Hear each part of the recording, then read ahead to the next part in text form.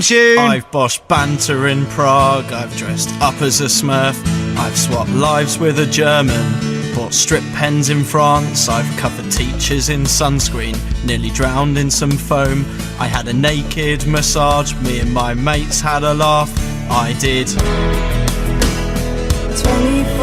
years at the top end.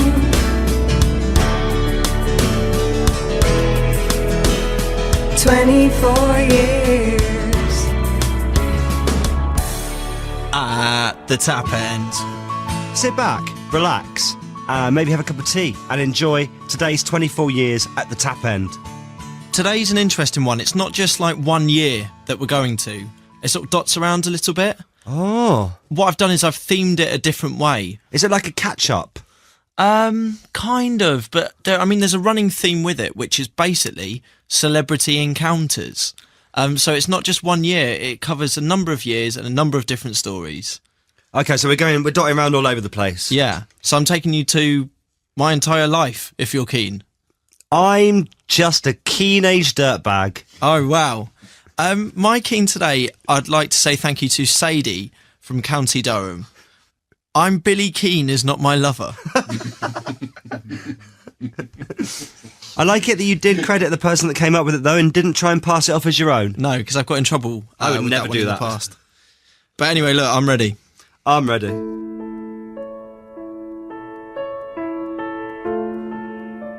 Before working at Radio 1, there were several nights out that me and Scott would go on that would lead to many encounters with a variety of celebrities or figures in the public eye.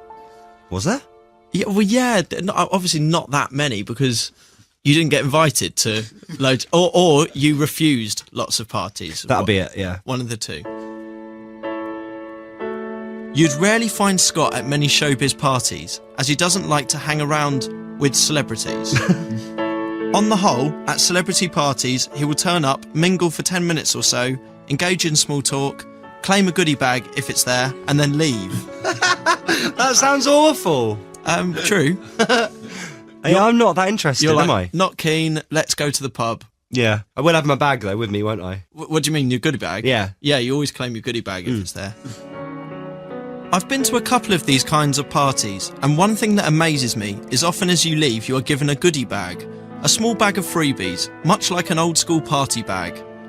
Often they are filled with rubbish, rarely cake. The last one I got consisted of some flyers, a badge, a vodka miniature and a mini pepperami. Yeah, I mean, we're not talking about the kind of goodie bags they give at the Oscars. No. There aren't Rolexes in there. The main time I've met celebrities when I've been with Scott has been when he has been involved in various TV shows. Often these TV shows will have some kind of party once filming is finished, and that has led to some interesting encounters. Scott was once on a TV show called Love in the Back of a Cab, where various celebrities would drive around London in cabs trying to pick people up. It wasn't TV called show. Love in the Back of a Cab.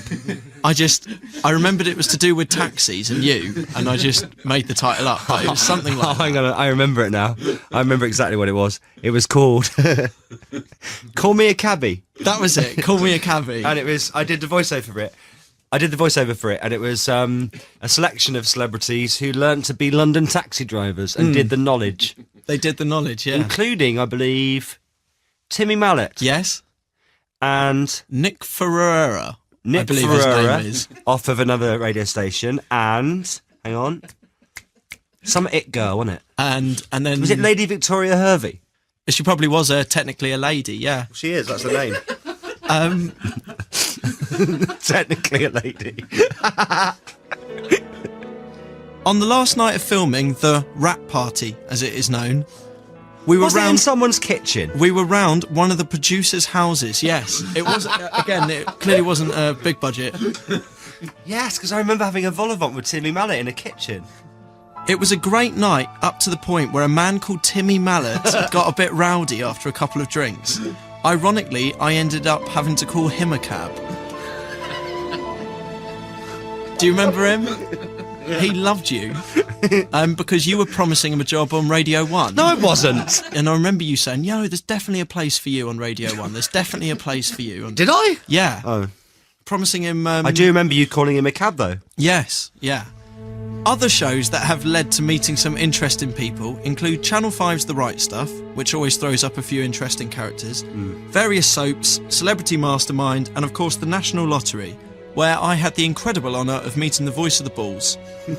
It's good to put a face to the Bulls name. It is, isn't it? Yeah. Because he's like a legend. He is. A legend in voice only. Again, one of those that as soon as you see the face, sort of spoils the voice. Is that rude? Yes. Really rude. Well, no.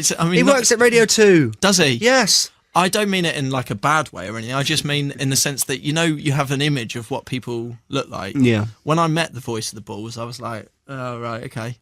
In my head, I think with the voice of the Bulls, I had a sort of Brian Blessed person. But kind of in a suit. A real man's man, sort of wording this very I'd say badly. he's very much a man's man. I'm saying the voice of the Bulls he may be the voice of the Bulls, but he's got a face of the... I'm trying to think of a clever way to put it. Voice of the Bulls, face of... Crime Watch. No, I don't think that's the phrase, is it? Is that the wrong? That's Voice the wrong of one, Bulls, isn't it? face of Crime Watch. We'll move on. Before I started working on the Scott Mills Show on BBC Radio 1, I would DJ student nights at my old uni, Southampton Uni, for the Uni Nightclub, and then a few other clubs after that. Part of that job meant that every now and then you would work on the same night as some famous people when they were doing a guest appearance. There have been some classic nights, including nights with a large amount of the cast of Hollyoaks and Skins, various Radio 1 DJs, and the occasional actor or pop star. A lot of these nights are pretty standard, but a few stick out.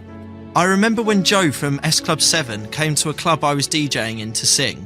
She was singing along to a backing CD which started skipping. She of course blamed me, and after shouting at me left the stage. That's never good when your CD starts to skip. For me at the time though, it was an absolute honour to be told off by Jo from S Club. I mean, even though she was shouting at me. For me it was a kind of honour because I loved S Club 7 growing up. One night I was DJing took a turn for the worse when a double bed that was being used by Ron Jeremy collapsed mid-game. And again, I got the blame for that. Did Ron come over and shout at you? And I was shouted at, admittedly not by Ron, but by one of his people. And it's like, listen, I'm not responsible for the structure of the bed. I could never say it was structurally sound for what was going on. I'm intrigued as to what was happening. I also made the big mistake, as Vern Troyer, also known as Mini-Me from Austin Powers, was being carried off stage, of pressing play on a CD I was handed by my mate I work with. The song I played is called I Wish by a man called Skilo. It goes like this. No. Hello, I wish I was a little bit taller. I wish I was a baller. And I obviously didn't clock quite what the words were.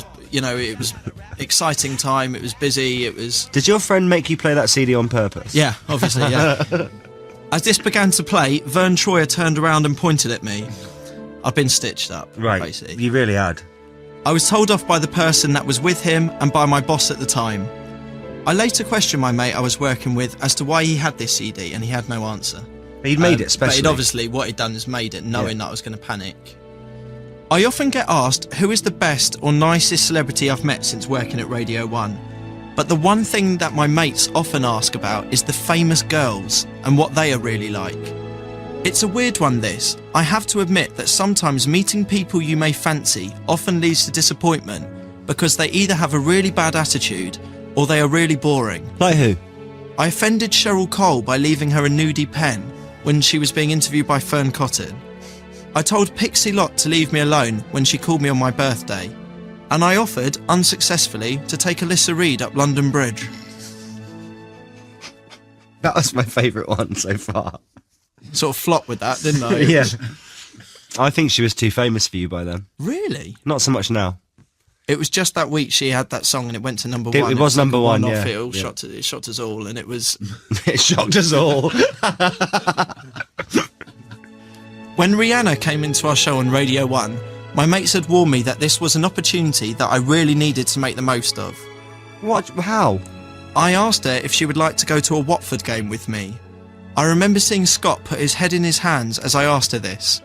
But surprisingly, she said yes. and then qualified it by saying it was a date. You know that happened. There's audio proof.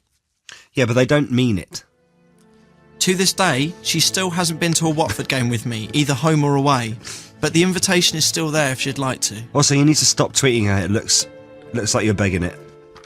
In my time at the Tap End so far, I've had the prestigious honour of meeting 2 out of 5 Spice Girls, and every single member of all versions of the Sugar Babes. That's millions of people. Yes, loads. Who knows what the future will hold?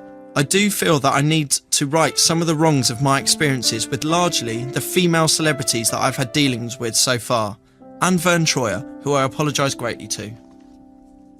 Theme tune. I've boshed banter in Prague, I've dressed up as a Smurf, I've swapped lives with a German, bought strip pens in France, I've covered teachers in sunscreen, nearly drowned in some foam, I had a naked massage, me and my mates had a laugh, I did. 24 years at the top end.